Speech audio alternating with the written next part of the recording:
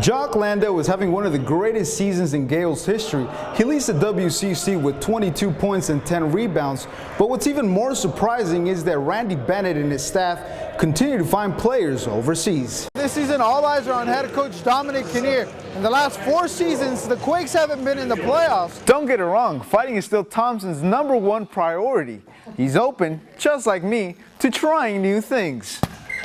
But he understands as long as he has this on his side, he'll be okay. Winning against Arizona in their home opener, that was a really good start, but now all the attention turns to Buster Posey. Game 82 for the Warriors will be against the Lakers tomorrow night, but all eyes are on Portland. That's the team they'll face in the first round of the playoffs. But one of the biggest reasons was because of Richard Leone. He went from being a walk-on to the team's top scorer with 7 goals. The average life expectancy for someone with ALS is 2 to 5 years. The good news for Clark is that many victims have been able to live past that mark. That's the mentality they're bringing into this franchise.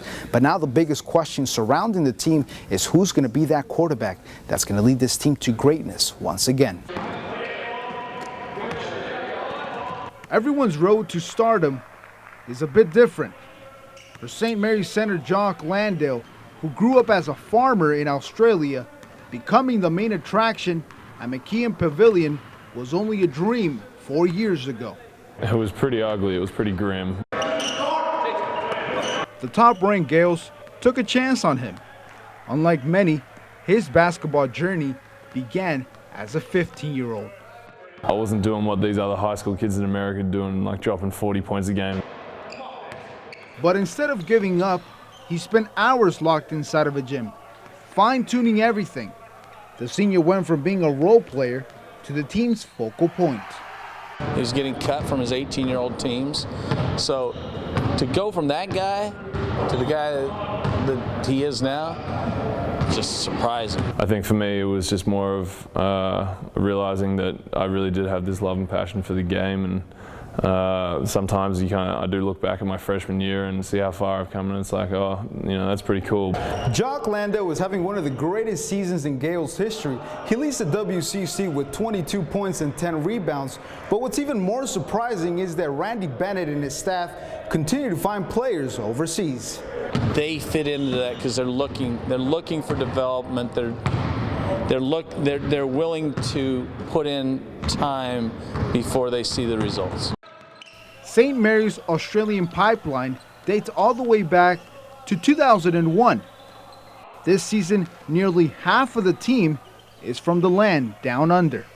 It means a lot to be a part of that pipeline. The best thing about it is, everyone kind of, I don't know if there's a competition or not, but you kind of want to be, you don't want to be the bottom of the barrel, so everyone's kind of pushing each other every session to get better.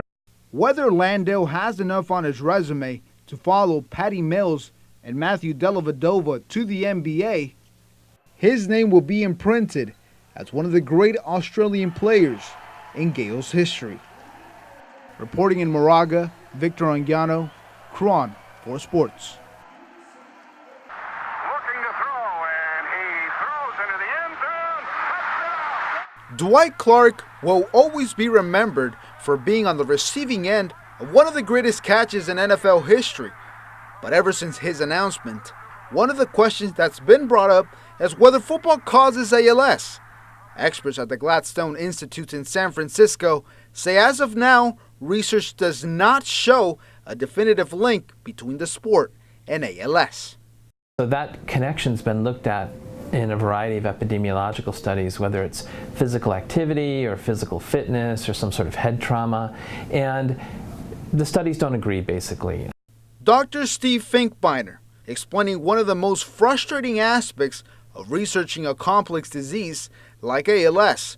What he and his colleagues have discovered over the last several years, repeated shots to the head can lead to chronic traumatic encephalopathy. Like ALS, CTE is associated with neurodegeneration. Luckily, the illnesses are not connected. We know that there is a clear connection between head trauma and changes that the brain undergoes that are connected to neurodegeneration, even if we don't have a specific path to ALS. A possible outcome of Clark's diagnosis is thanks to an increase of ALS awareness.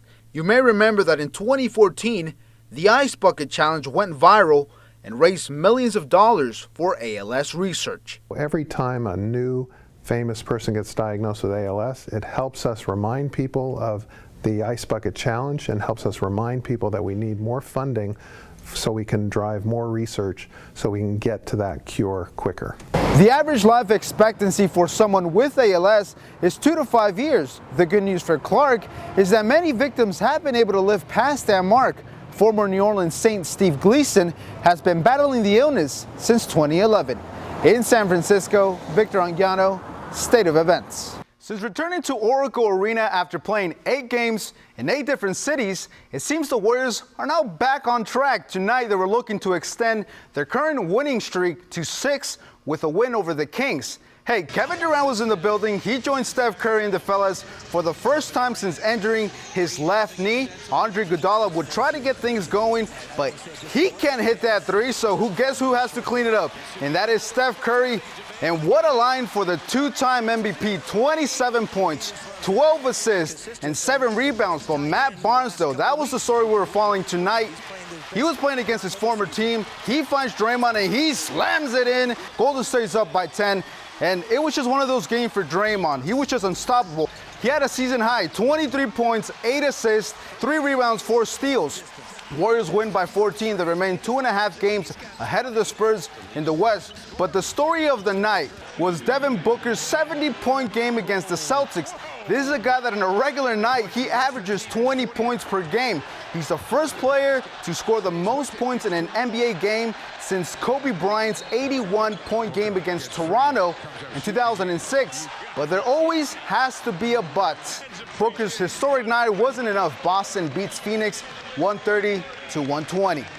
We'll talk some college hoops now. Tara Vanderveer and the Stanford Cardinal are the last team from the Bay Area still in the big dance. They were taking on the Longhorns. A win over Texas would put the team in the Elite Eight. Carly Samuelson gets it started. She hits a triple, putting Stanford up by 3. Texas did put up a fight against Stanford, but Brianna Robertson steals the game from downtown. Stanford wins 77-66. They'll face the Fighting Irish on Sunday.